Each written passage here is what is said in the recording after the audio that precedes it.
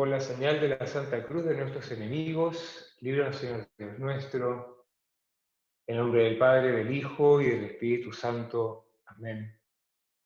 Señor mío y Dios mío, creo firmemente que estás aquí, que me ves, que me oyes. Te adoro con profunda reverencia. Te pido perdón de mis pecados y gracia para hacer con fruto este rato de oración. Madre mía Inmaculada, San José, mi Padre y Señor, ángel de mi guarda, interceded por mí.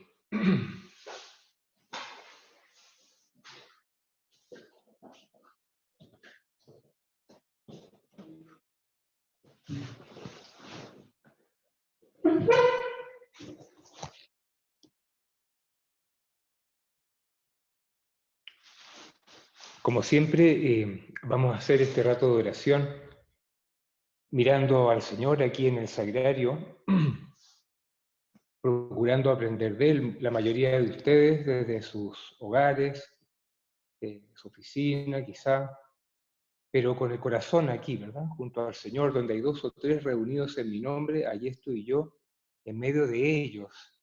Aquí está presente de modo sacramental. Y como siempre queremos, al meditar, queremos aprender de Él.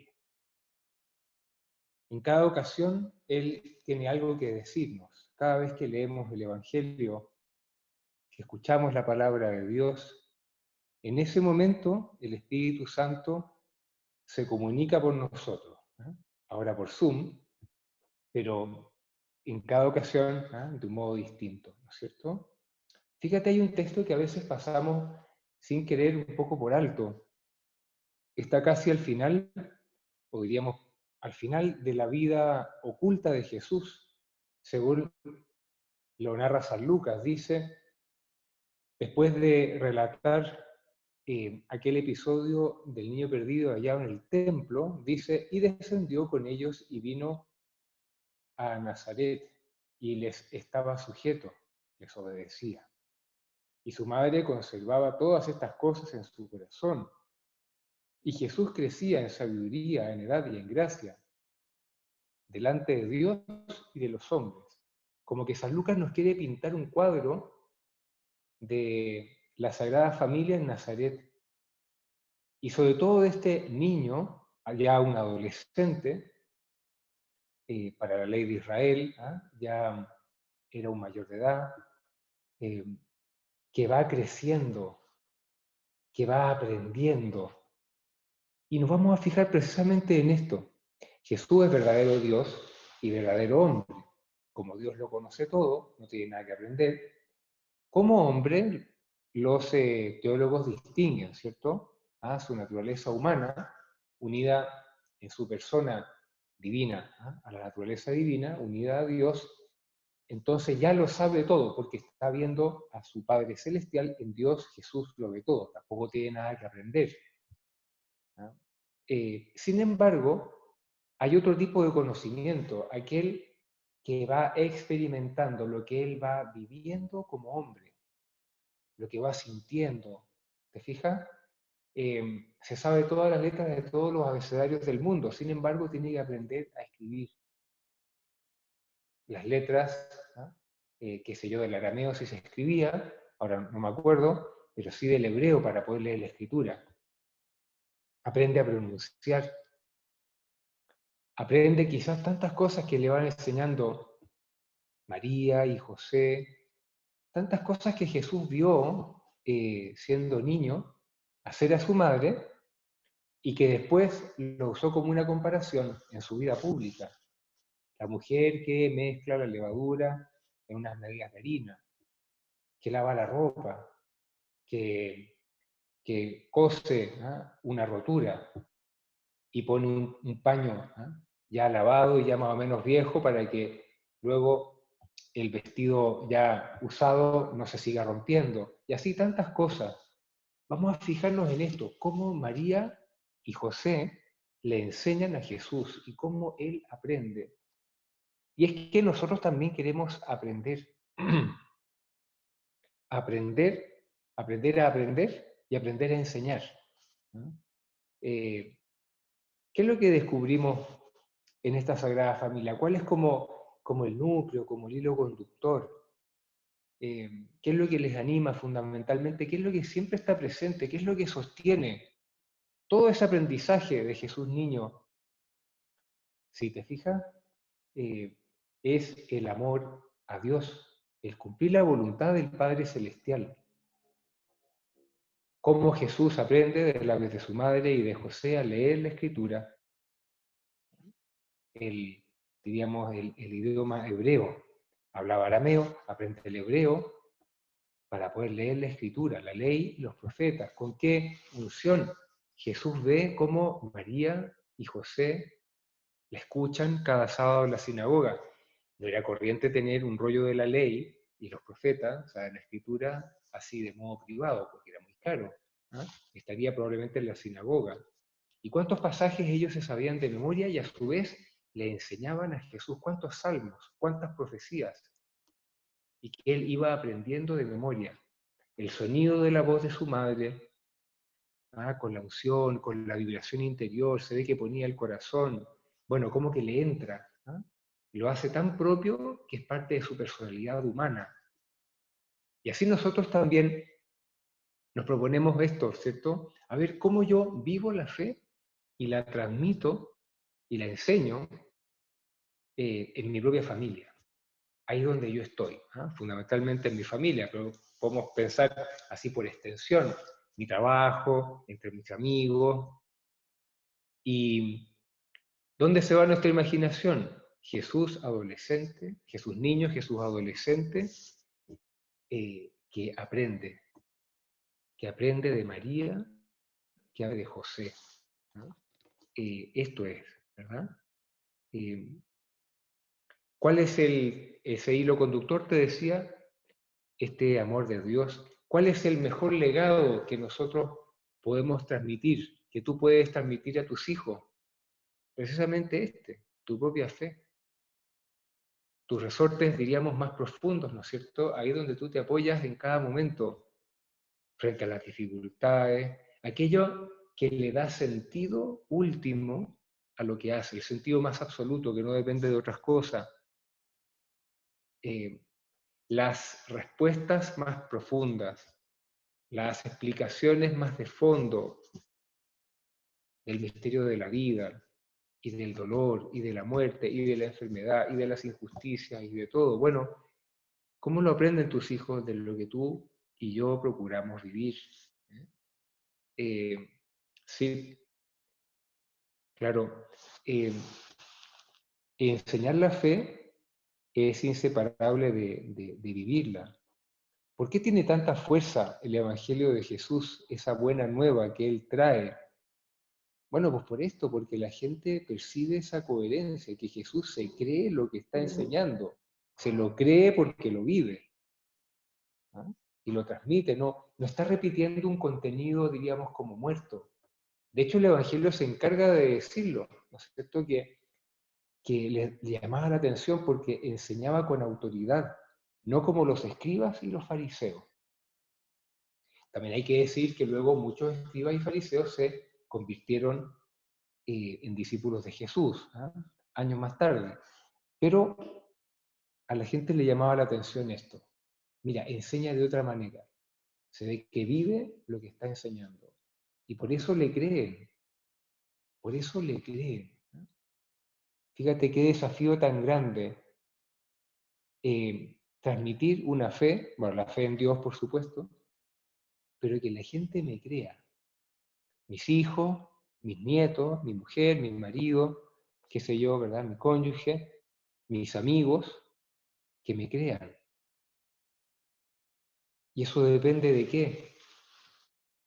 Bueno, de mi sinceridad de vida, es decir, del empeño que yo le pongo, que realmente sea, como dice el Salmo, ¿ah? La palabra del Señor, una luz para mis pasos, un camino que me guía. ¿No? Fíjate que para los hijos, no solo niños, ¿verdad? Sino también adolescentes, en general no hay demasiada distinción entre el mensaje que se transmite y quién es el que lo transmite. Y la fuerza del mensaje está sobre todo en la fuerza de quien lo transmite, la autoridad en el sentido del el peso de la persona. ¿Ah? De alguna manera, como que entra más fácilmente cuando ya hay un vínculo entre el destinatario y aquel que transmite esa verdad revelada. Claro, algunos de ustedes quizá, si son profesores de colegio, profesores universitarios, lo perciben también, que cuando hay una buena relación con los alumnos, entonces es mucho más fácil enseñar. Uno mismo se siente más cómodo enseñando.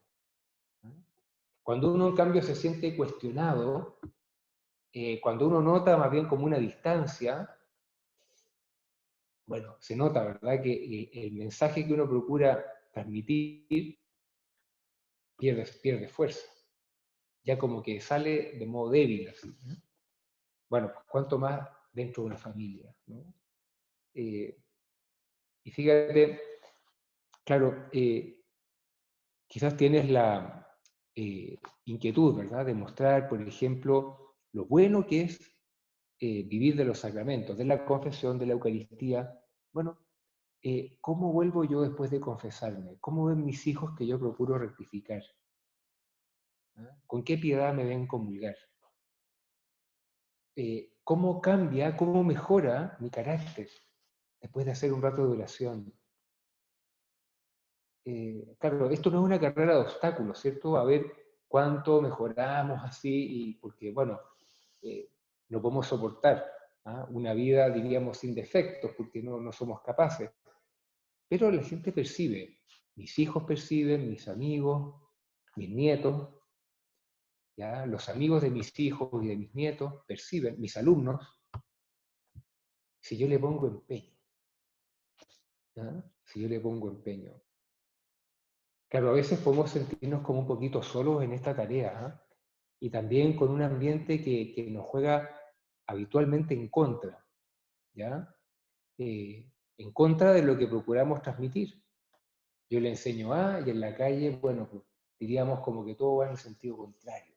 En la calle, en la universidad, entre los amigos, en los temas de conversación, los medios de comunicación, toda la industria del entretenimiento, ¿ah? A veces parece remar, ¿cierto?, en otra dirección, que uno se puede desalentar. Mira, me viene a la memoria otra escena del Evangelio, esta vez de la vida pública de Jesús, una escena que se repite varias veces, ¿ya? Jesús se encuentra con Zaqueo, lo encuentra arriba de un árbol, ¿ah? Zaqueo, baja pronto, que hoy tengo que alojarme en tu casa. Y bajó Zaqueo bastante pronto, de hecho, y se convirtió y decidió rectificar y devolver la plata que había robado, etcétera, etcétera. Ya hizo grandes promesas, estaba feliz, invitó a todos sus amigos. Y los fariseos critican, pero mira, se fue a meter a la casa de un pecador. ¿Y cómo estaba Jesús? Jesús estaba a gusto, como está a gusto en la casa tuya y en la mía. ¿Ya?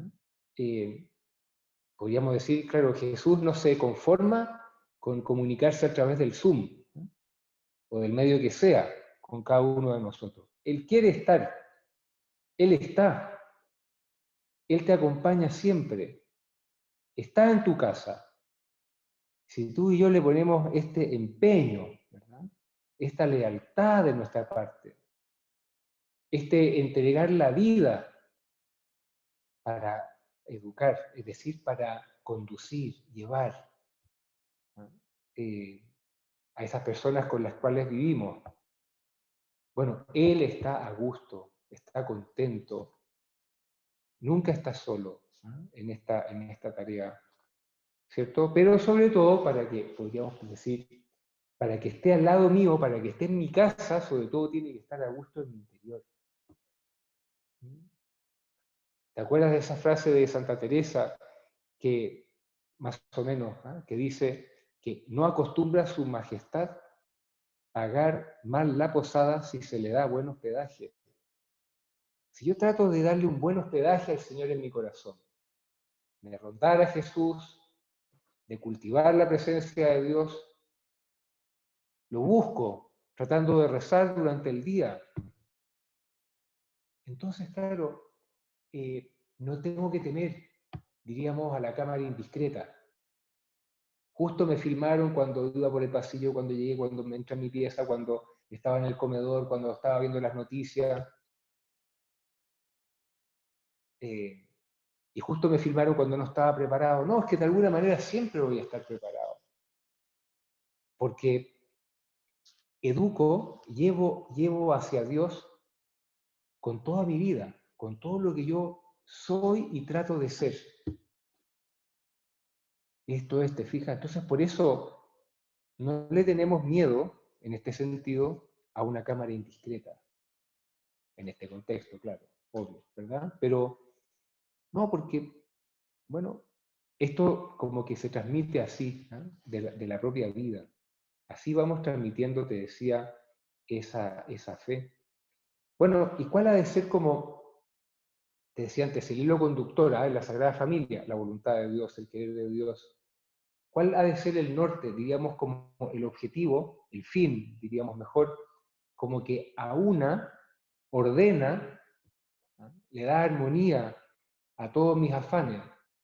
Buscar nosotros interiormente la unión con Dios, buscar nosotros la santidad.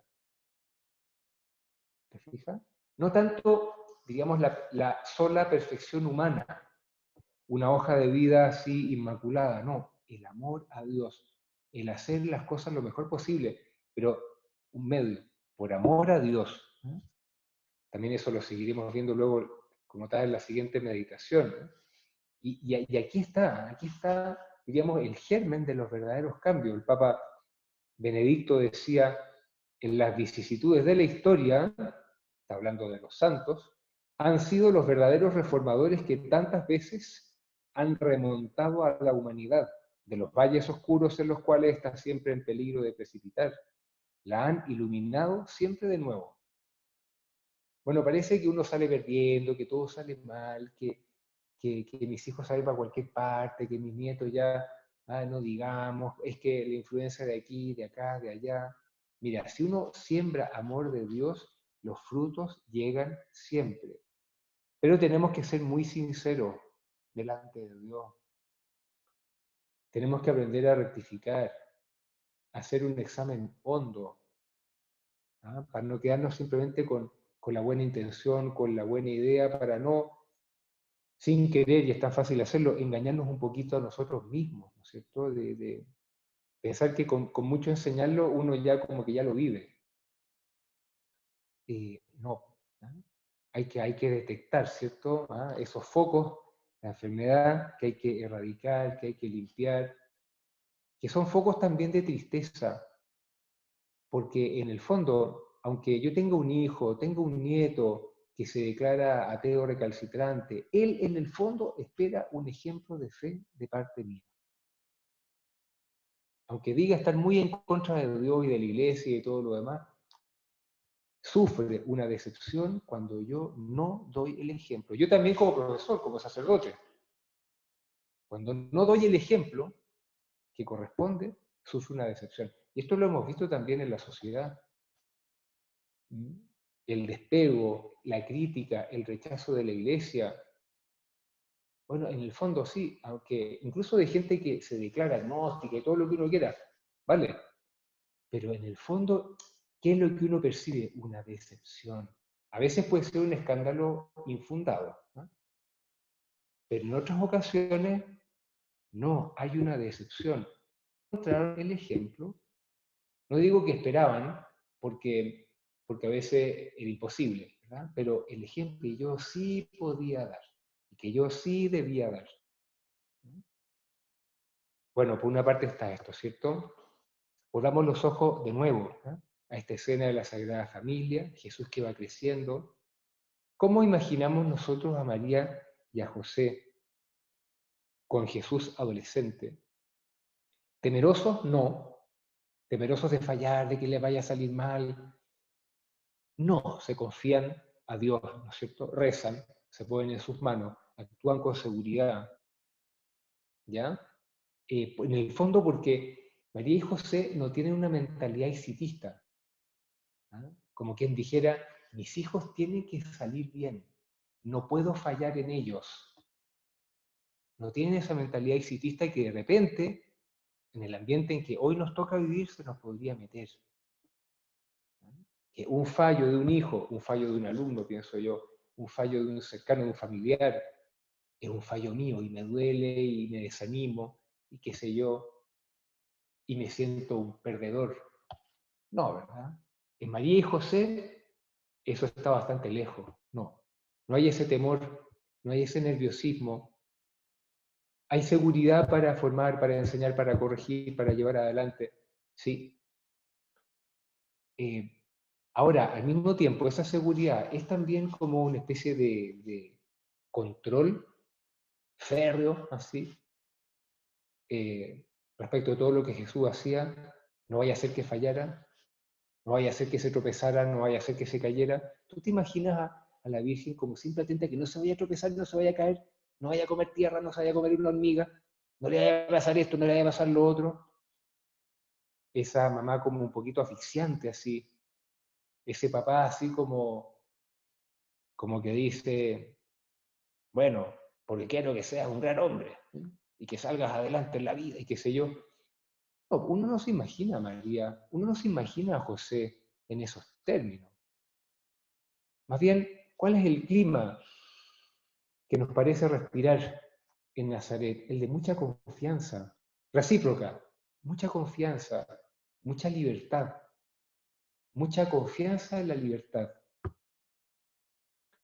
Y si se va a caer, bueno, ya se levantará.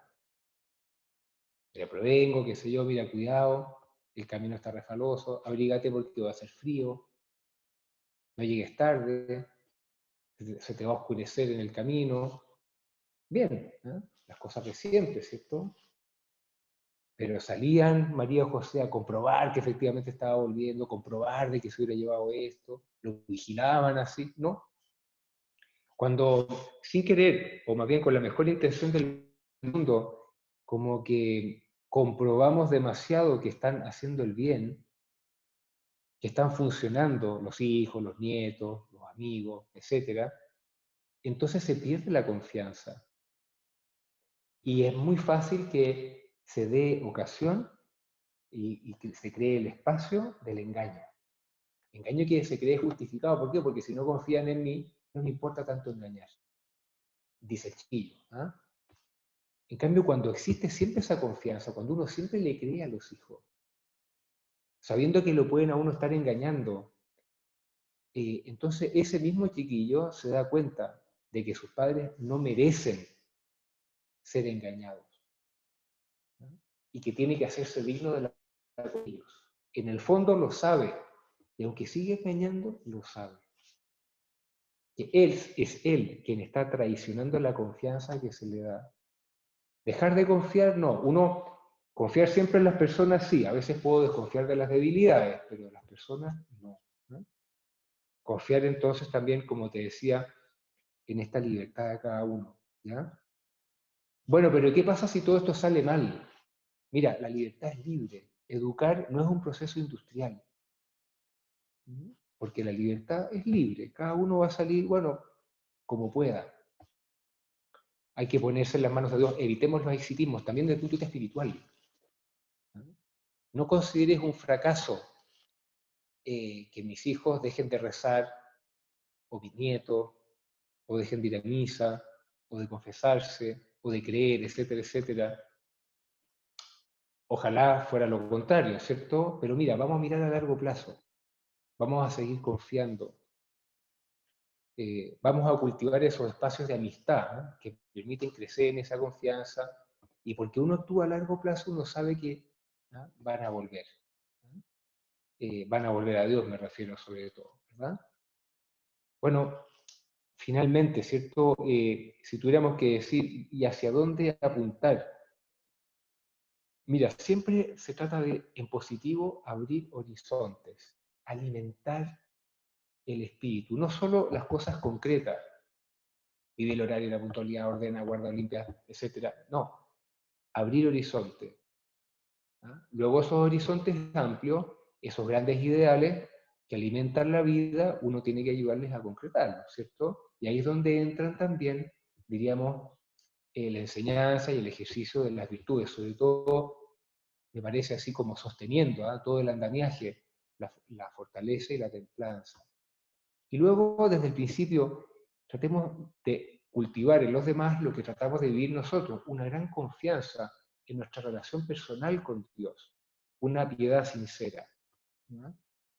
Piedad, entonces, ideales, estas virtudes, fortaleza y templanza, así como lo más así inmediato, lo más de fondo, ¿no? Las ideas madres sobre las que uno vuelve en esa educación que dura toda la vida. Volvamos al Nazaret, miremos, inspirémonos, ¿no?, en Jesús que va creciendo en sabiduría, edad y gracia delante de Dios y de los hombres, delante sobre todo de José, su padre adoptivo, y de María, que hará eficaces nuestros propósitos.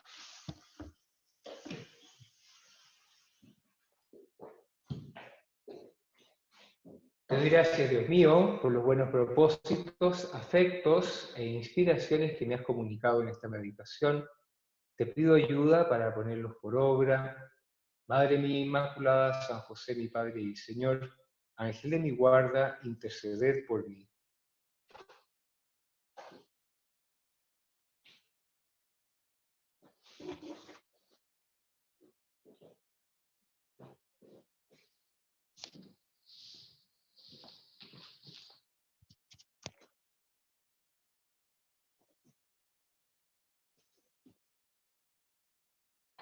Ahora se realizará el examen de conciencia. Son 10 preguntas que se han preparado y se inicia con un acto de presencia de Dios, cada uno en silencio de donde está.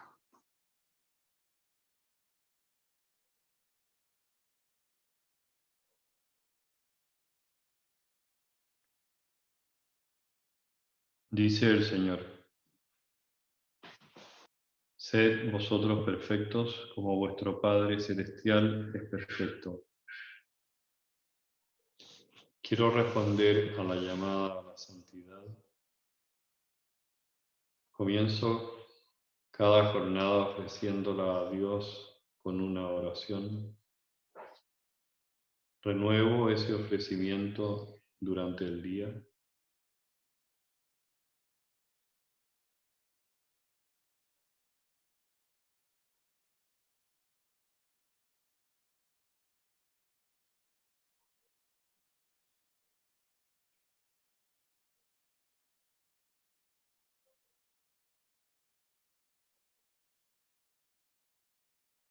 Me esfuerzo por hacer bien mi trabajo y ofrecerlo a Dios. Pongo los medios para mejorar mi formación. Evito las chapuzas.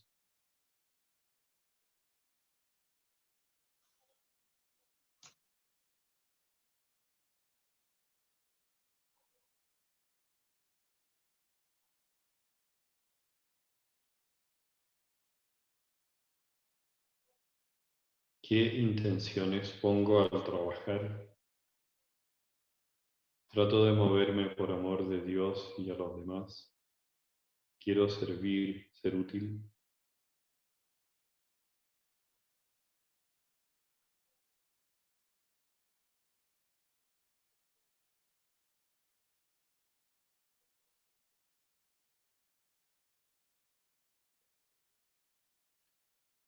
Llevo con gallardía las dificultades del trabajo, ofreciéndoselas a Dios. En el caso del desempleo, sé sacar o enseñar a sacar provecho espiritual de esa frase difícil y a la vez poner los medios para buscar un nuevo trabajo.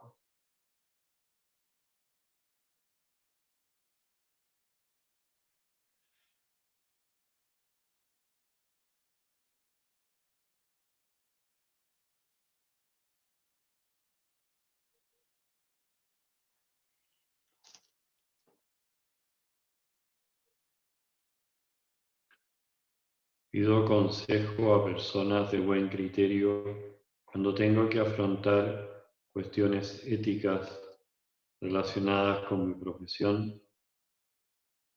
Ruego a Dios fuerza para no transigir ante la injusticia, el fraude o el engaño.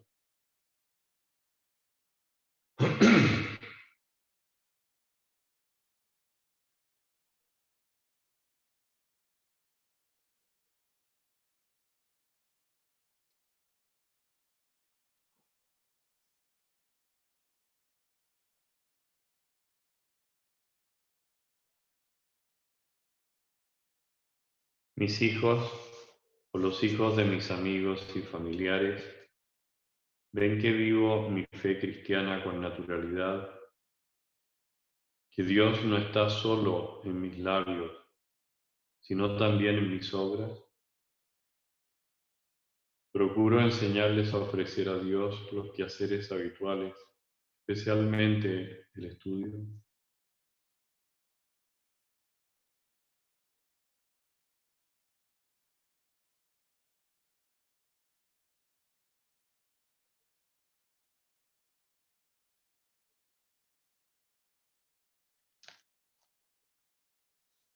Enseño a rezar a mis hijos, a mis nietos, a los hijos de mis amigos. Lo hago con oportunidad, sin forjar jamás su voluntad, para que descubran la maravilla del trato con Dios.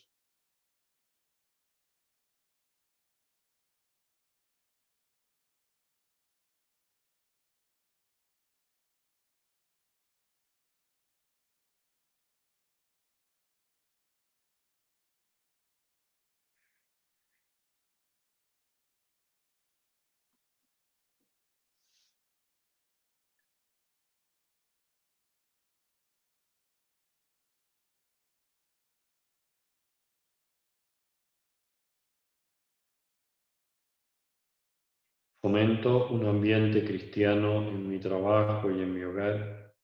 Me comporto con coherencia. Soy sincero con los demás.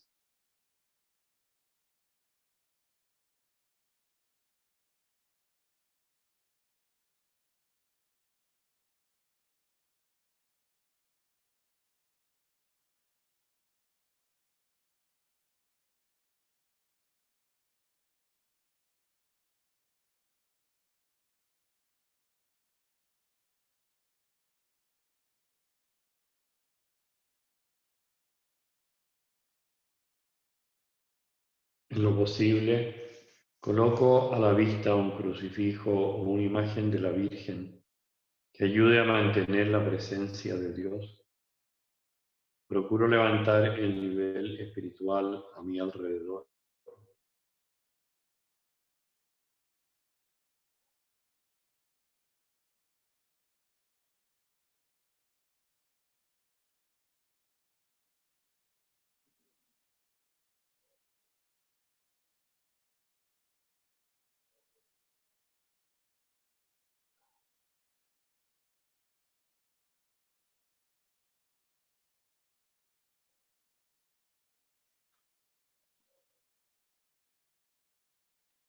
El domingo de Pascua, el Señor dijo a las santas mujeres: no tengáis miedo, id a anunciar a mis hermanos que vayan a Galilea y allí me verán.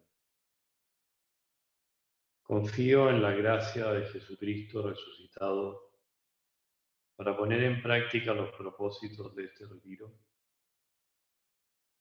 Lo pido a su Madre Santísima, quien podría invitar a participar en el siguiente retiro.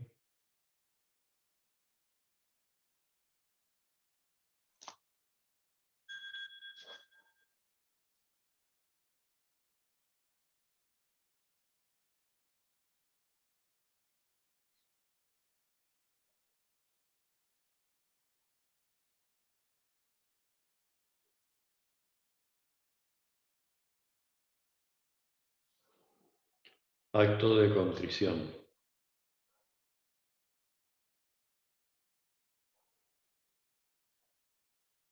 Por la señal de la Santa Cruz de nuestros enemigos, líbranos, Señor Dios nuestro, en nombre del Padre, del Hijo y del Espíritu Santo. Amén.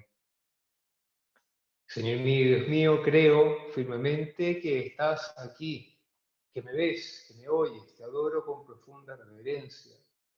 Te pido perdón de mis pecados y gracia para hacer con fruto este rato de oración.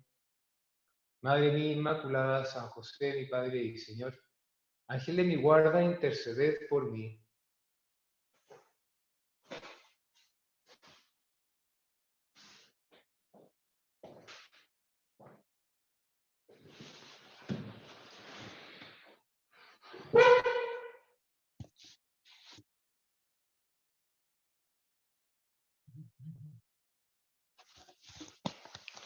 Ahora nos vamos a la vida pública de Jesús, pero para ver una escena bastante doméstica. Jesús iba muchas veces a Jerusalén. Algunos de esos viajes los relata el Evangelio. Predicaba ahí y se preparaba, ¿cierto?, para, diríamos, el asalto final, ¿ah? Cuando va a morir en torno a Jerusalén, ¿ah? Justo fuera de las murallas. Y en uno de esos viajes sucedió lo que quizá también ocurría en otras ocasiones, ¿no? Que se alojaba, o al menos se detenía, en un pueblito que estaba muy cerca, a pocos kilómetros, ¿ya? Betania, eh, donde había una familia de la que Jesús se había hecho bastante amigo. Era una familia que debían ser huérfanos de padre y de madre, porque confrontando un evangelio y otro nos dice que había tres hermanos, Lázaro, Marta y María. Pero aquí San Lucas nos dice que cuando llegó fue Marta la que lo recibió en su casa.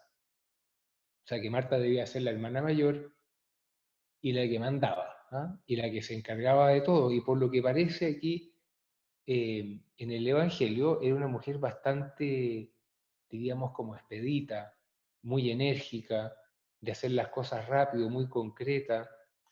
Y dice así, ¿ah? Que cuando iban de camino entró en una cierta aldea. Sabemos por otros evangelios que era Betania, ¿no? Y una mujer llamada Marta lo recibió en su casa. Tenía una hermana llamada María, debía ser una hermana menor, que también sentada a los pies de Jesús escuchaba su palabra. Lucas aquí es bastante expedito para eh, despachar, ¿cierto?, en un par de frases la escena, ¿no? Llega Jesús, varios hombres con él, los discípulos, los apóstoles, hay que darles almuerzo, y ella, Marta, que quería mucho al Señor, bueno, pues le pone todo el empeño que puede para que las cosas salgan bien, por amor a Jesús, ¿no? Nada menos, ¿verdad? Y entonces, claro, aparece algo insólito, ¿no? Que la otra mujer que está ahí, en un grupo de hombres, María, en vez de hacer lo que se esperaba de ella, que se encargara de las labores domésticas, porque eso era lo que había que hacer, y punto, ¿no? Bueno, se sienta a los pies de Jesús, como hacían los discípulos que se sentaban a los pies del Maestro para aprender de él, ¿no? San Lucas nos está pintando esta imagen. Mientras tanto, Marta sigue afanada en las cosas de la casa. Vamos a pensar un poquito la psicología de Marta, que a veces puede ser la nuestra. A todos nosotros nos gusta trabajar bien. Nos sentimos bien trabajando bien. Y perdona la repetición, pero y está bien que trabajemos bien y que tratemos de hacerlo bien, obvio, ¿verdad? Pero, pero ¿qué pasa con ese afán? Eh, a veces puede ser que estemos más enamorados del trabajo que enamorados de Dios a través del trabajo. Que se vaya filtrando en nuestro interior la autocomplacencia, ¿no?, de lo que está bien hecho, es decir, lo que como a mí me gusta, a mí me gusta. ¿Te fijas que es un modo indirecto de buscarse a uno mismo? Eh, Me quejo del exceso de trabajo, pero soy feliz trabajando. Se da esta paradoja, ¿no? O sea, parece que soy feliz trabajando, pero en el fondo no lo soy. El trabajo cuando se transforma como una especie de droga que no puedo dejar. Cuando se me mete una especie como de adicción al trabajo. Tengo que terminar esto, esa ansiedad. Eso es lo que se llama activismo, de hecho, ¿te fijas? No tener muchas cosas que hacer, sino esta especie de ansiedad que no es posible vencer. La ansiedad de lo que está pendiente, ¿ya? Por el hecho de estar pendiente.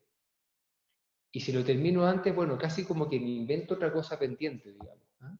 Para seguir así con el mismo ritmo. Y entonces, claro, parece que me hace feliz, pero yo sé que no.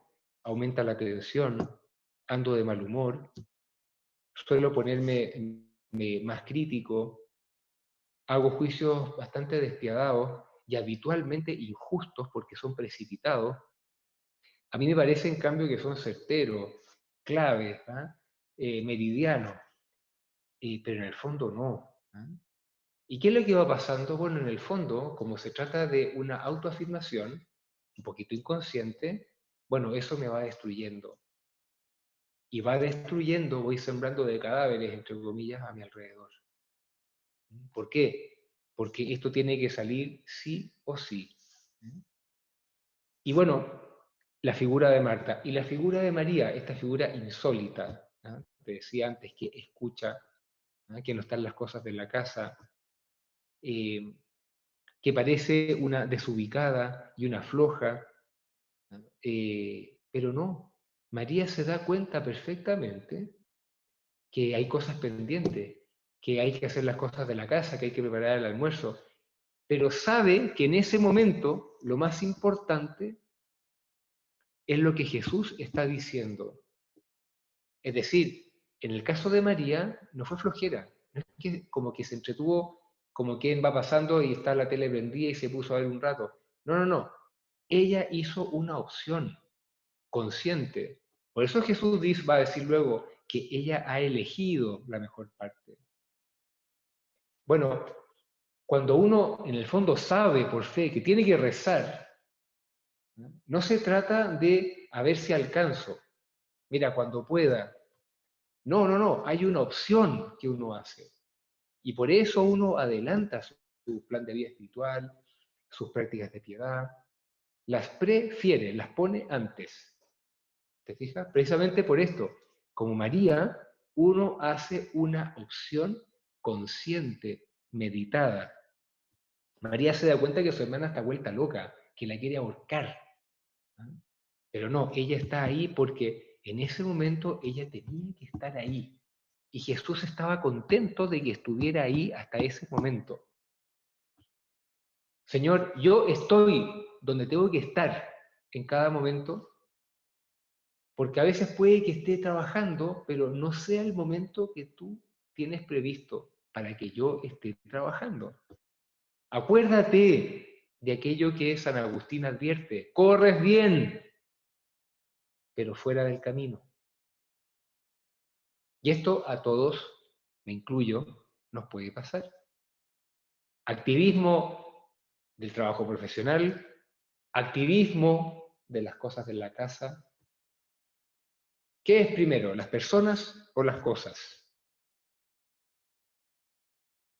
¿Cómo pienso yo? Eh, ¿Mi familia me quita mucho tiempo para el trabajo? ¿O pienso, el trabajo me quita mucho tiempo para mi familia? ¿Cómo pienso? Dar una vuelta, fíjate, porque podría ser que en el fondo, en este como subconsciente que llevamos, ¿verdad? En nuestro mundo interior, vamos como, diríamos, dividiendo el mundo entre trabajo y lo que no es trabajo, o más bien obstáculos para mi trabajo. Bueno, a ver, ¿el trabajo cuál qué es? ¿El fin de mi vida? ¿Por qué pasa de repente que una persona, es cierto, es duro quedarse sin trabajo, ¿eh? Y estos días ahora aprovechamos de rezar por la gente que está sin trabajo, obviamente. Pero, ¿por qué de repente una persona que se quedó sin trabajo y se le vino el mundo encima y como que tuvo una crisis de identidad? eh, bueno, puede ser que haya una enfermedad, diríamos, asociada, ¿de acuerdo? ¿Verdad? No vamos a juzgar los casos concretos, desde luego.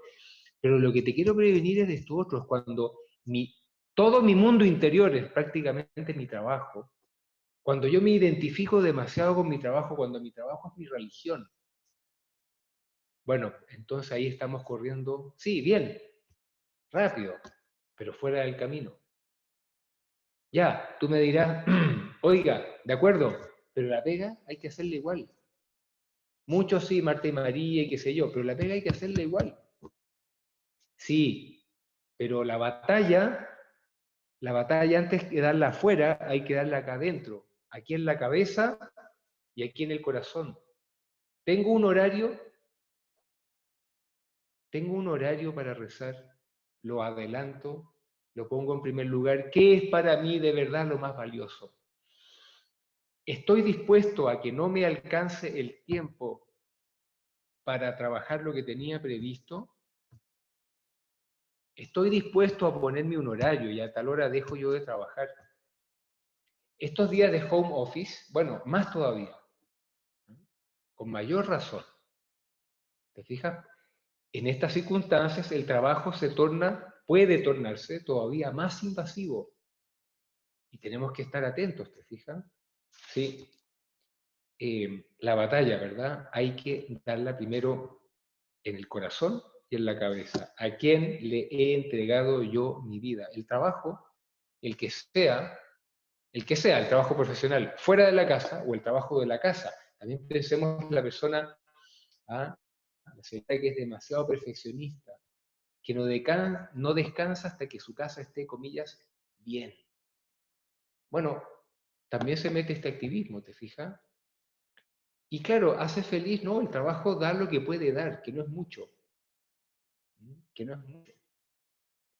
Y cuando hay grandes frustraciones, grandes desengaños, luego grandes tristezas, es porque yo le estaba dando al trabajo mucho más de lo que correspondía, porque sin querer lo había convertido en el fin de mi vida.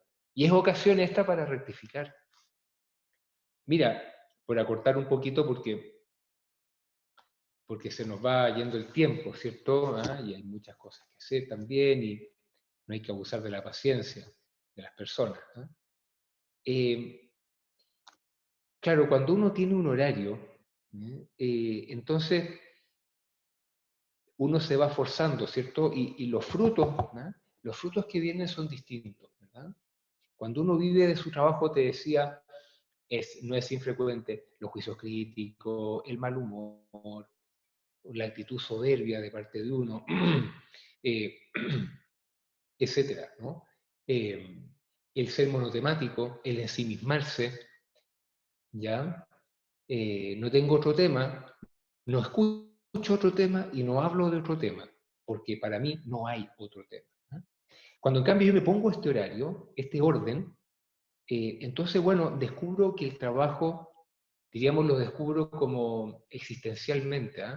No solo pensándolo, sino en el fondo, que el trabajo es un medio, que lo que mi vida ¿ah? Tiene que buscar es sobre todo el amor, el servicio a Dios y a los demás.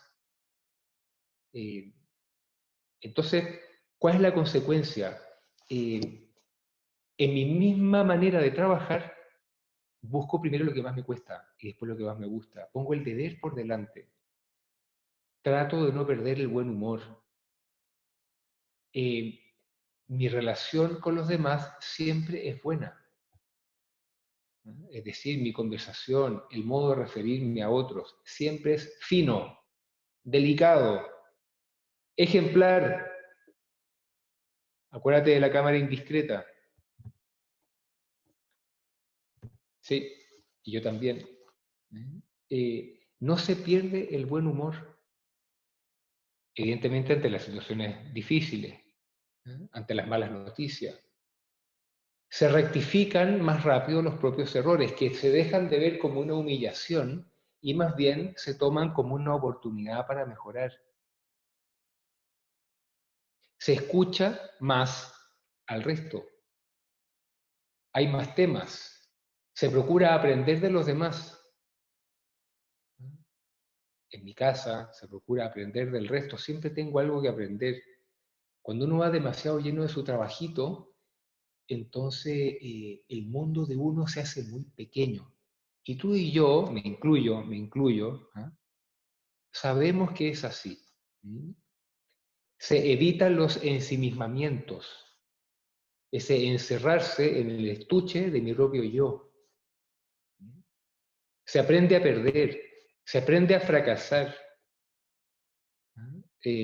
sin que mi vida se transforme en un fracaso.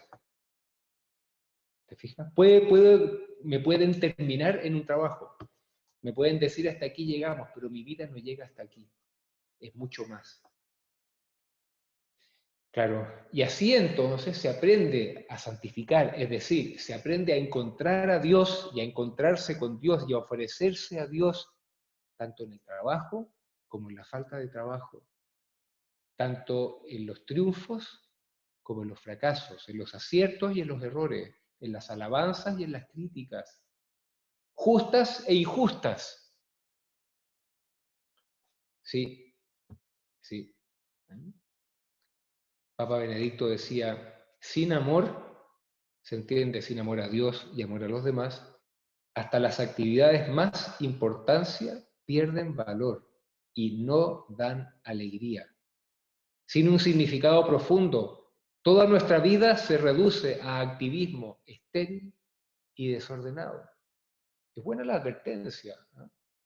Y es bueno que en este tiempo de pandemia, que queremos aprender, Señor, ¿qué me quieres enseñar en estos días de pandemia, en esta semana, en estos meses de pandemia?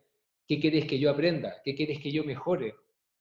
Bueno, que nuestro examen pase por aquí, mi modo de trabajar, el desprendimiento de mi trabajo, si acaso es un fin de mi vida o es simplemente un medio más, un medio, un camino para amar más al Señor y a los demás partiendo por mi propia familia.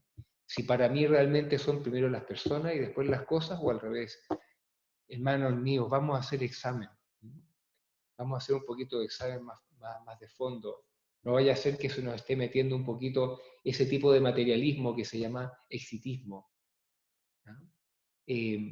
Vamos a pedirle a San José, el 1 de mayo, ¿cierto? Celebrábamos a San José obrero, San José que trabaja de sol a sol, pero con qué paz, con qué serenidad, con qué entereza, con qué alegría. A él, el esposo de María Inmaculada, le vamos a pedir que nos enseñe a trabajar por amor, a vivir por amor, servicio a Dios, servicio a los demás.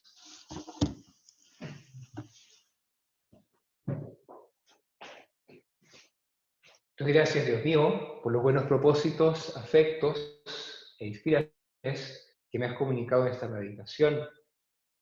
Te pido ayuda para ponerlos por obra, Madre mía, Inmaculada, San José, mi Padre y Señor, Ángel de mi guarda, interceded por mí. Ahora tendremos la bendición con el Santísimo Sacramento y lo haremos para bendecirlos a ustedes y a sus familias desde aquí.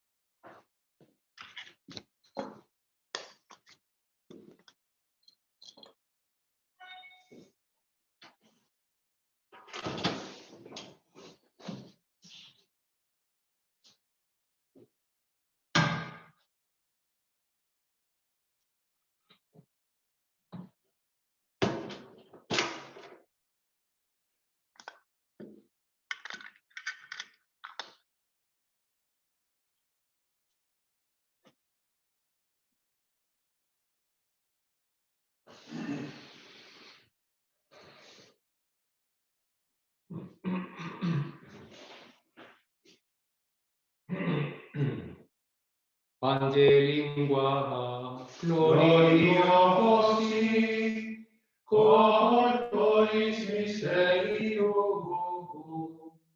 sanguinis preciosi, quae mundi precio, fructus ventris generosi, Rexet diligentium.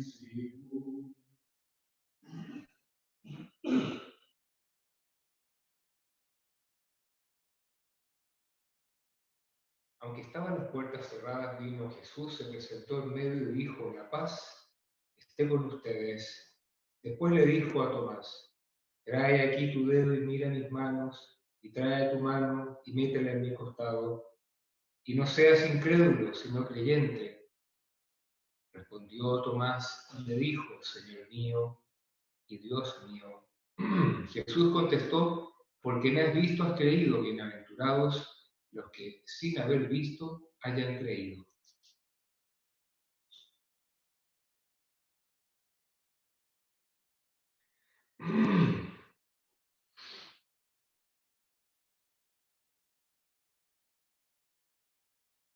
Bendito sea Jesús en el Santísimo Sacramento. Bendito sea Jesús en el Santísimo Sacramento. Padre nuestro que estás en el cielo, santificado sea tu nombre. Venga a nosotros tu reino, hágase tu voluntad en la tierra como en el cielo. Danos hoy nuestro pan de cada día, perdona nuestras ofensas, como también nosotros perdonamos a los que nos ofenden.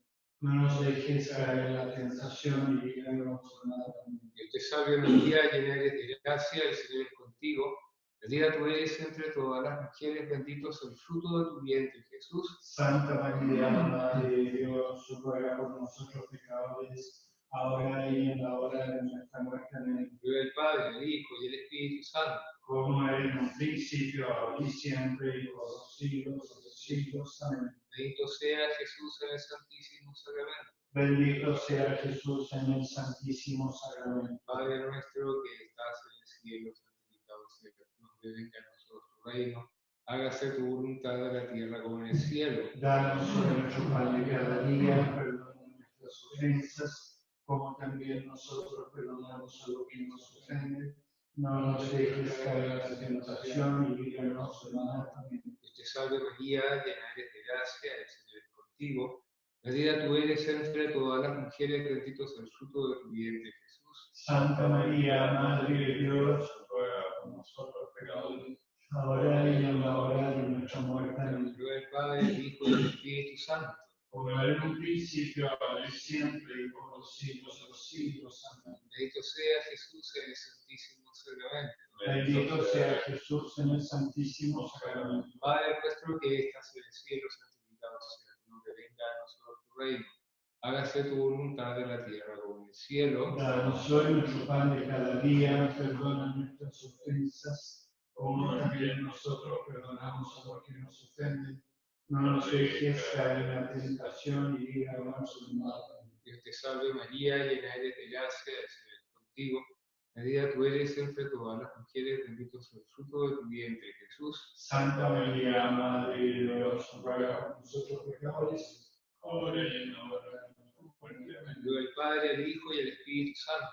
Como era en un principio, ahora y siempre, por los siglos de los siglos. Amén. Bendito sea Jesús en el Santísimo Sacramento. Bendito sea Jesús en el Santísimo Sacramento. Gloria espiritual y gloria al Señor recibiros, por aquella pureza, humildad y devoción, con que os recibió vuestra Santísima Madre, con el Espíritu y fervor de los santos.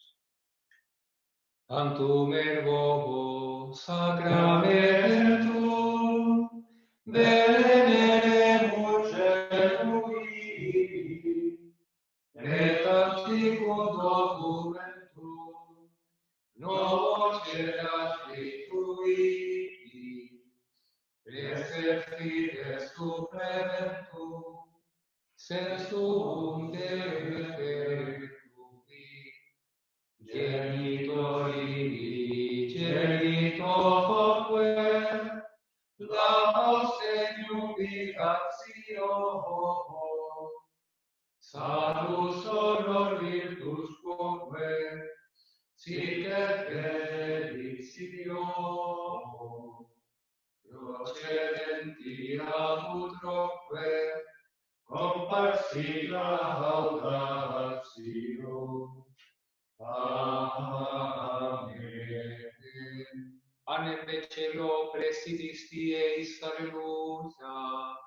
Omertamentum inserente, aleluya. Oremus Deus que nobis sub sacramento mirabili, passionis tua memoriam reliquisti, figue quesumus, Itanos corporis sanguinis tuis sacra mysteria venerari, ut redemptionis tuae fructum in nobis iugiter sensiamus, qui vivis et regnas in saecula saeculorum. Amen.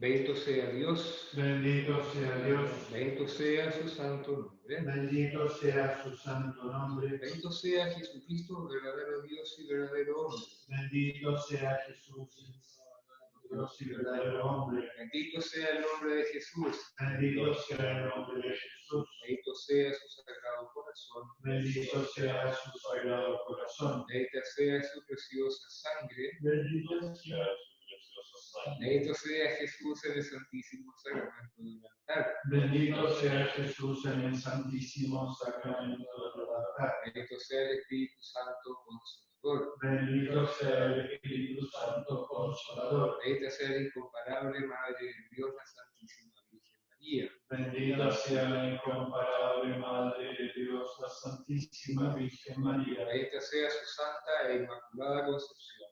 Bendita sea su santa e inmaculada concepción. Bendita sea su gloriosa asunción. Bendita sea su gloriosa asunción. Bendito sea el nombre de María, Virgen y Madre. Bendito sea el nombre de María, Virgen y Madre. Bendito sea San José, su casto esposo. Bendito sea San José, su casto esposo. Bendito sea Dios en sus ángeles y en sus santos. Bendito sea Dios en sus ángeles y en sus santos. Laudate Dominum omnes gentes. Laudate Deum omnes populi.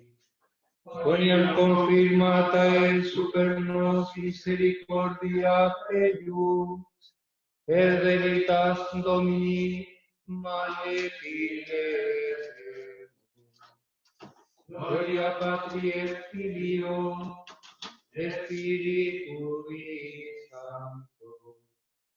Sicut erat in principio et nunc et semper, et in saecula saeculorum. Amen.